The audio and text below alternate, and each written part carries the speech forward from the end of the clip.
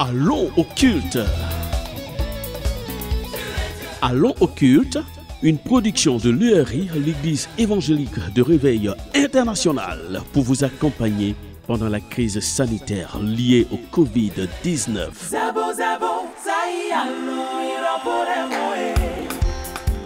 Allons au culte, suivez nos temps de louange et d'adoration, ainsi que nos prédications sur toutes les plateformes, comme si vous étiez au culte.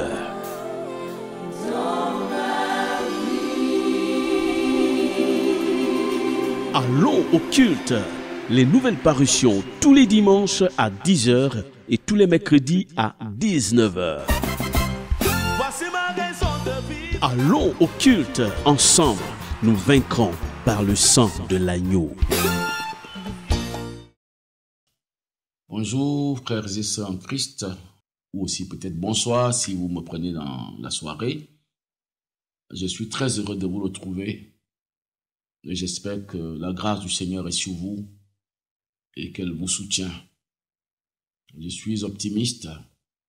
Je sais que le Seigneur a fait des promesses pour nos vies, pour nos familles, et il tiendra ses promesses. Il veillera sur vous.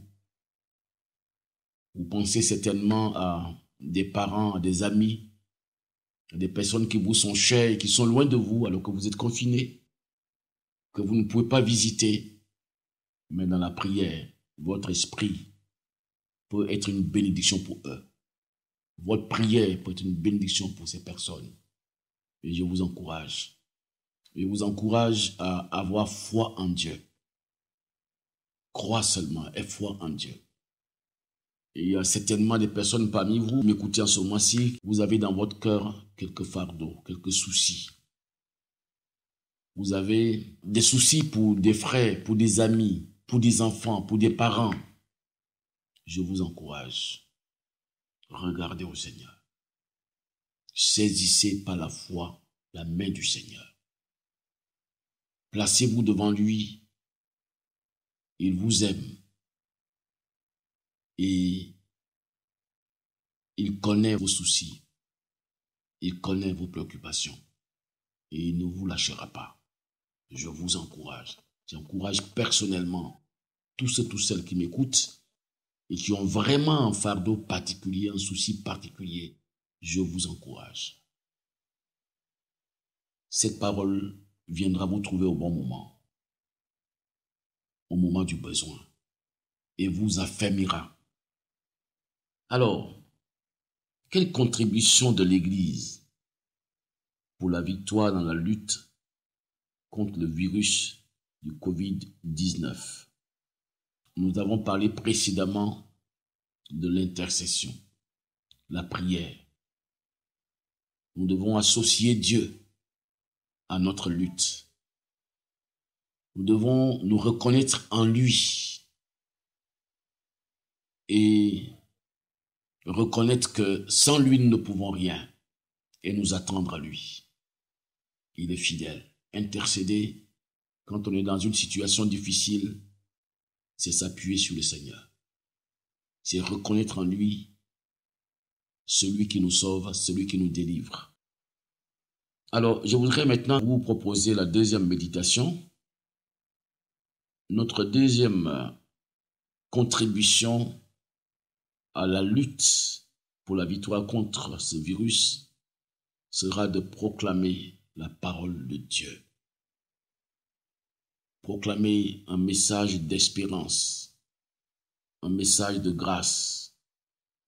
Et pour cela, je voudrais lire avec vous quelques morceaux de l'histoire de l'apôtre Paul lors de son voyage vers Rome, dans le livre des Actes des Apôtres au chapitre 27, les versets 21 au verset 26 et les versets 33 au verset 38, que je lis s'il vous plaît.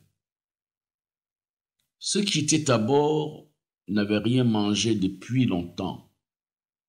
Alors Paul, debout devant eux, leur dit: « Vous auriez dû m'écouter, mes amis, et ne pas quitter Crète. Nous aurions ainsi évité ces dommages et ces pertes. Mais maintenant, je vous invite à prendre courage car aucun de vous ne perdra la vie. Le bateau seul sera perdu. Cette nuit, en effet, un ange du Dieu à qui j'appartiens et que je sais s'est approché de moi et m'a dit, « N'aie pas peur, Paul. Il faut que tu comparaisses devant l'empereur.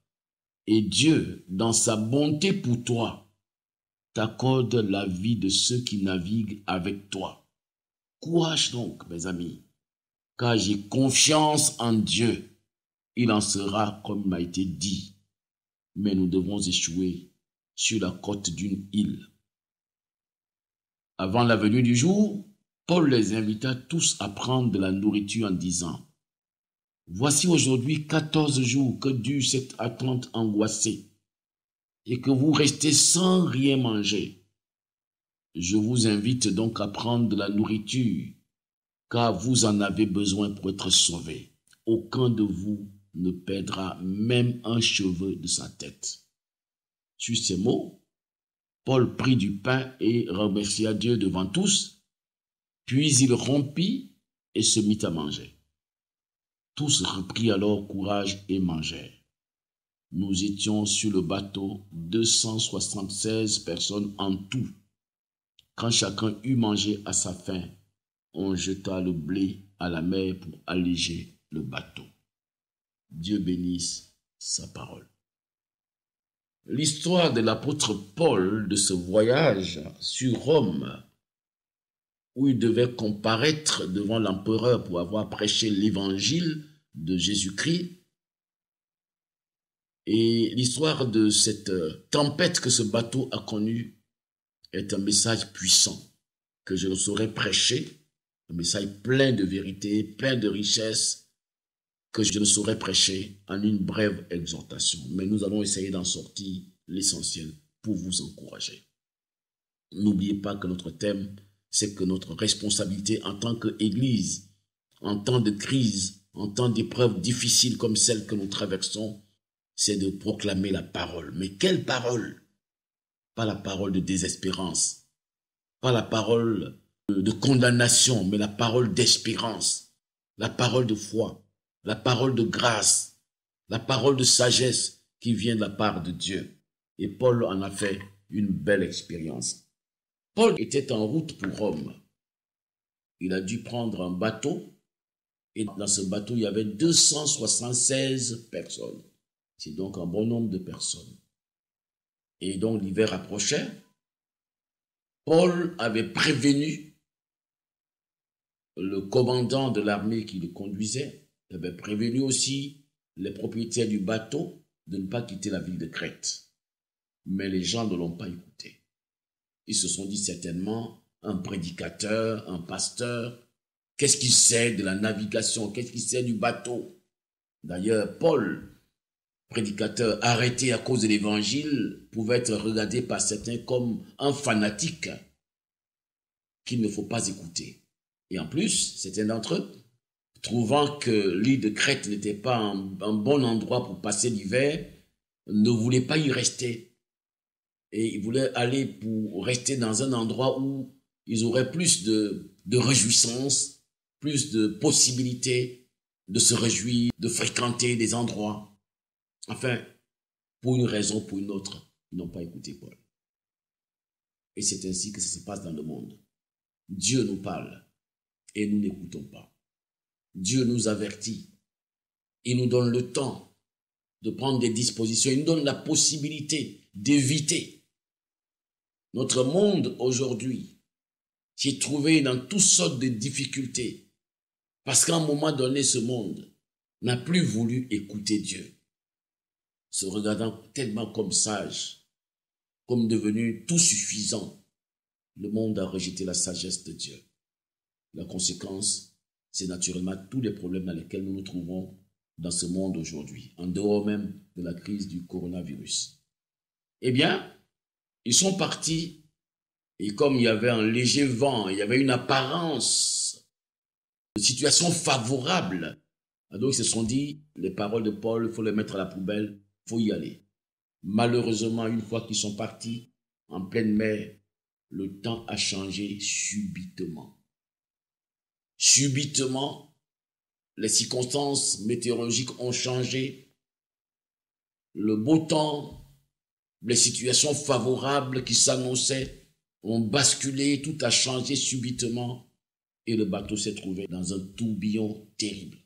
Alors, la situation est devenue de plus en plus grave et de plus en plus désespérée, à un moment donné même que les gens pensaient tuer tous les prisonniers et certains matelots s'échapper. Ils sont restés dans une situation difficile pendant 14 jours où personne ne pouvait manger. C'est une situation qui est plus grave que lorsqu'on est confiné. Quand on est confiné, qu'on a la nourriture, qu'on peut manger, qu'on a la télévision, qu'on peut regarder, écouter un message d'encouragement, c'est encore acceptable. Mais quand à l'époque de Paul, 2000 ans en arrière, on se trouve dans un bateau, aujourd'hui comme un bateau de fortune, et qui est ballotté, balancé dans tous les sens, et qu'on est sûr, on n'a pas de communication radio pour avoir du secours, on est sûr qu'on va mourir, qu'il n'y a pas d'espérance. Alors il y a de la nourriture à bord, mais on ne peut plus manger. Et ces hommes, ces femmes n'ont pas mangé pendant 2 semaines. C'est en ce moment-là que Paul se lève et qu'il va faire ce que je nous demande que nous devons faire aujourd'hui dans ces situations de crise, dans les situations difficiles. C'est en ce moment que Paul se lève et qu'il leur adresse un message d'espérance. Qu'il leur dit, mes amis, il les appelle mes amis, il ne les condamne pas. Voilà un prisonnier qui est arrêté injustement et qui va les combattre pour l'évangile et qui aurait pu être tellement aigri au point de demander la colère de Dieu sur ces hommes. Mais Paul dit, mes amis, en tant que prédicateur de l'évangile, en tant que serviteur de Dieu, nos cœurs doivent être remplis de la compassion divine. Nos cœurs doivent être remplis de la bonté divine. Paul les appelle mes amis. Même s'il leur fait le reproche en disant, il fallait m'écouter et nous aurions évité toutes ces pertes. J'aimerais vous exhorter, chers amis. Nous avons un message à prêcher à ce monde, mais notre message doit être prêché avec des cœurs pleins d'amour, pleins de compassion. Le monde est pécheur, c'est vrai. Le monde est pécheur, c'est vrai, mais Dieu, lui, est un Dieu de compassion. Dieu, lui, est un Dieu de miséricorde. Dieu, lui, est un Dieu de compassion. Et vous et moi, nous sommes ses serviteurs. Et nos cœurs doivent être remplis de compassion. Alors Paul va maintenant donc leur apporter le message d'espérance. Il dit maintenant, je vous invite à prendre la nourriture, car aucun de vous ne perdra la vie. Le bateau, ce sera perdu. Et il ajoute, cette nuit, en effet, un ange du Dieu à qui j'appartiens. Ça signifie, un ange du Dieu à qui j'appartiens. Ça signifie que dans ce bateau, tout le monde n'appartient pas à ce Dieu. Et que peut-être il y a 1 ou 2, 3 personnes seulement qui appartiennent au Dieu d'Israël, qui connaissent Jésus-Christ. Paul était donc dans ce bateau serviteur de Dieu. Il est l'image de l'Église dans le monde. Dans un monde où une grande partie ne connaît pas le Seigneur, vit dans le désordre. Paul est l'image de l'Église. Et nous sommes dans ce monde. Et le monde ne connaît pas le Seigneur. Et le monde vit dans le désordre. Mais nous devons être remplis d'amour et de compassion. Et Paul leur dit, un ange du Dieu à qui j'appartiens, cette nuit, s'est approché de moi, m'est apparu, et m'a dit, n'aie pas peur, Paul, il faut que tu comparaisses devant l'empereur. Et Dieu, dans sa bonté pour toi, t'accorde la vie de tous ceux qui naviguent avec toi. Quel beau message. Vous voyez qu'un ange du Seigneur vient parler à Paul dans la crise. Quand vous êtes serviteur de Dieu, vous êtes une famille qui marche avec Dieu, qui vit pour le Seigneur. Vous êtes une famille de serviteurs de Dieu. Vous êtes un peuple qui sert Dieu. Vous êtes chrétien, vous marchez avec le Seigneur. Vous vivez pour lui, au milieu de la tempête, au milieu de l'épreuve. Quand Dieu vient vers vous, quel message il vous apporte? Je sais aujourd'hui que des milliers, des dizaines, des centaines de vidéos circulent sur Facebook, sur YouTube, sur tous les moyens que vous pouvez avoir, sur WhatsApp. Et qu'il y en a des messages qui, lorsque vous finissez de lire, vous êtes totalement abattu, vous êtes totalement découragé. Mais j'aimerais vous dire, au milieu de l'épreuve, Dieu vient vous apporter la bonne nouvelle. Dieu vient vous parler comme il parle à Paul. L'ange vient et lui dit, Paul, j'ai de la bonté pour toi. Dieu n'est pas injuste pour oublier que vous lui appartenez, pour oublier que vous le servez. Dieu est plein de compassion. Il est plein de miséricorde. Il n'oublie pas ses serviteurs. Il est plein de bienveillance envers ceux, celles qui le servent avec fidélité. J'aimerais te dire, mon frère, ma soeur, le Seigneur a la bonté pour toi. Il te voit. Il voit ta famille. Il voit les fardeaux qui sont dans ton cœur. Au moment où je commençais ce message, j'ai eu à cœur, fortement à cœur, de vous dire, et peut-être ça va concerner certains d'entre vous qui avez certains fardeaux sur votre cœur, pour des personnes que vous aimez, auprès de qui vous ne pouvez vous trouver maintenant. Dieu vous aime. Il a de la bonté pour vous. Il prendra soin de certains détails qui vous préoccupent. L'ange vient dire à Paul, Dieu dans sa bonté pour toi, il dit, n'aie pas peur, tu ne mourras pas dans cette crise. Quelle belle parole. Quel beau message. N'aie pas peur, tu ne mourras pas. Combien de chrétiens, combien de personnes sont peut-être hantés par la possibilité de mourir. C'est vrai, il est possible que nous mourions, mais laissez-moi vous dire que la parole de Dieu nous dit qu'aucun cheveu de notre tête ne tombera si cela n'a pas été d'abord autorisé par notre Père qui est dans le ciel. Le Seigneur te gardera. Tu n'as pas besoin d'avoir peur. Tu n'as pas besoin de craindre. Bien entendu, ceci ne signifie pas que tu vas t'exposer volontairement au risque. C'est pas ce que j'ai dit. Mais alors que tu respectes toutes les mesures de sécurité qui sont recommandées, c'est vrai qu'il n'y a pas de risque zéro. Mais votre cœur, vous qui croyez en Dieu, doit reposer dans la paix. Il y a des choses que l'homme peut maîtriser. Il y a des choses que l'homme peut contrôler. Il y a des précautions que l'être humain peut prendre. Mais il y a une dimension que seul Dieu peut assurer. Et Dieu assurera votre protection.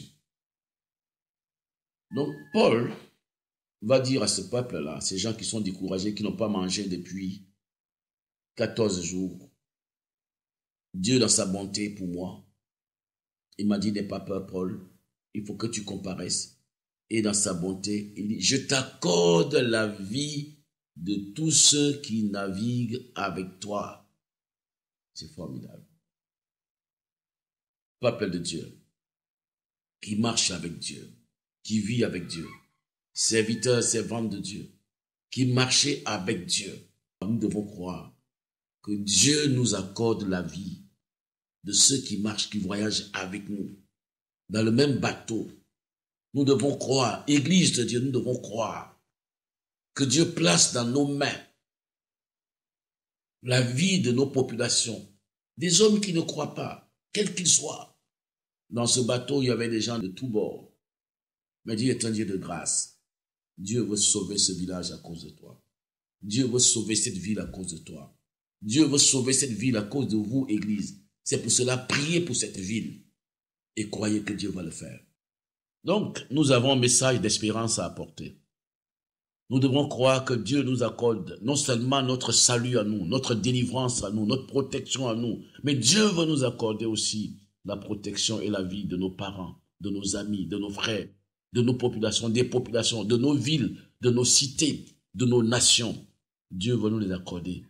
Et je prie que l'Église, je demande, j'exhorte que l'Église se lève dans cette foi et qu'elle proclame la bonne parole, la parole qui encourage,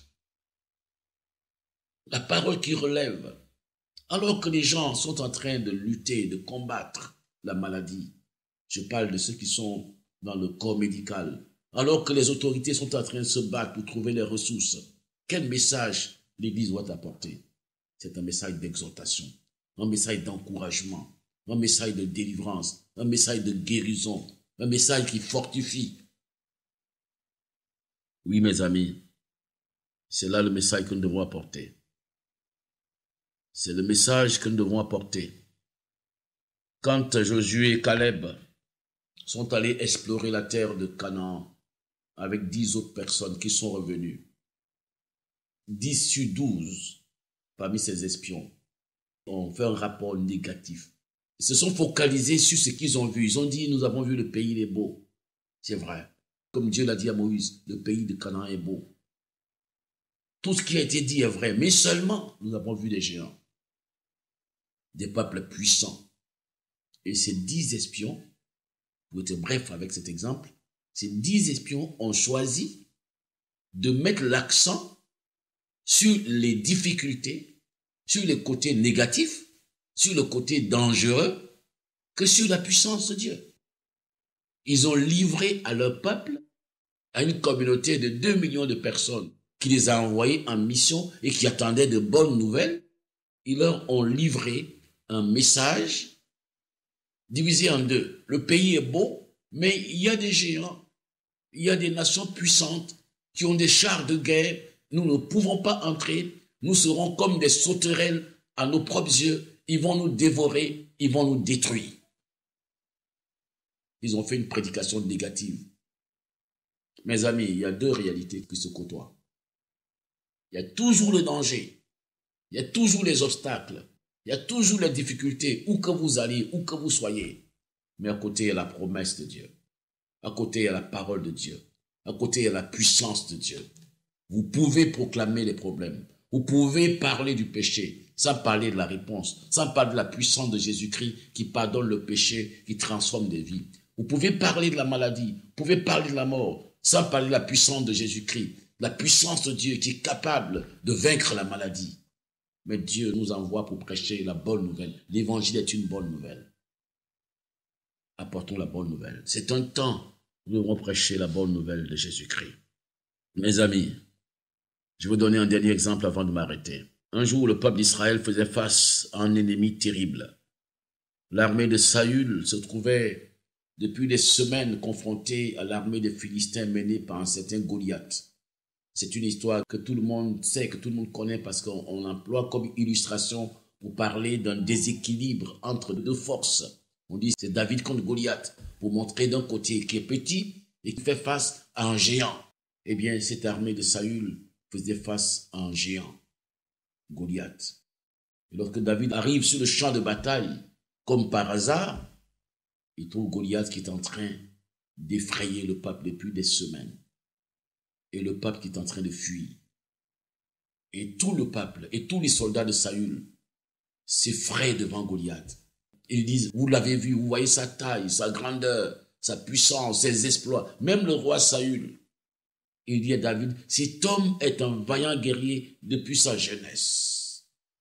Donc tout ce peuple avec Saül, nous voyons que la grandeur du défi, la grandeur du problème, la grandeur de Goliath.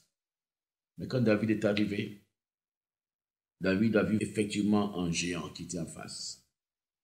Il a vu effectivement la taille de Goliath. Il entendait l'écho de la voix de Goliath dans la vallée comme dans un haut-parleur.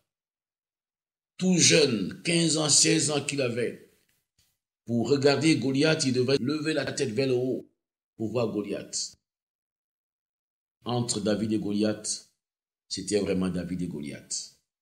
Mais David n'a pas regardé au problème. Il a regardé la puissance de Dieu. Il a regardé la force de Dieu. Il a regardé la gloire de Dieu. Et il a proclamé le message de délivrance. D'abord, il commence par dire, David dit aux hommes qui se trouvaient près de lui, que fera-t-on à celui qui tuera ce Philistin et qui ôtera l'opprobre dessus Israël?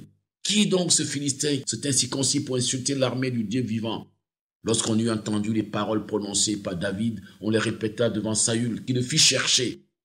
David dit à Saül, que personne ne se décourage à cause de ce Philistin. Ton serviteur ira se battre avec lui. Saül dit à David, tu ne peux pas aller te battre avec ce Philistin, car tu es un enfant. Et il est un homme de guerre dès sa jeunesse. David dit à Saül, ton serviteur faisait paître les brebis son père.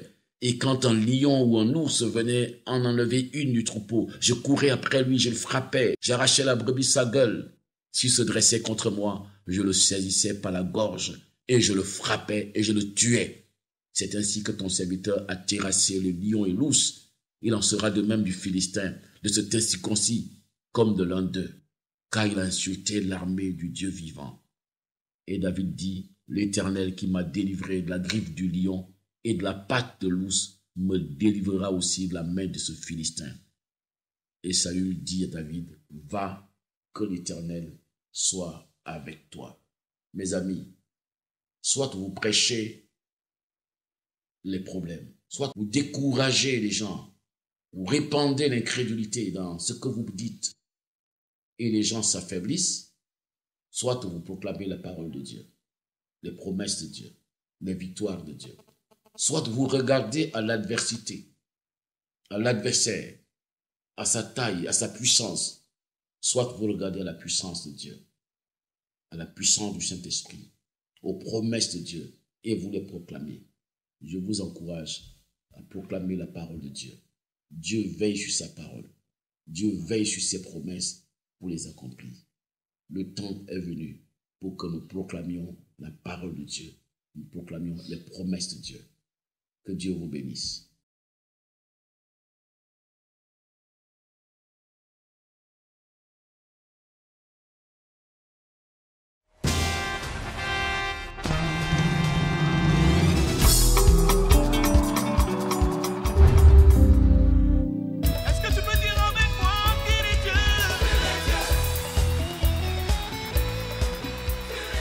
Allons au culte.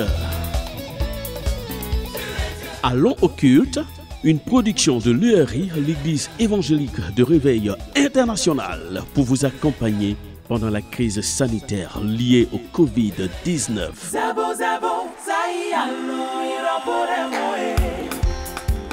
Allons au culte, suivez nos temps de louange et d'adoration, ainsi que nos prédications sur toutes les plateformes, comme si vous étiez au culte.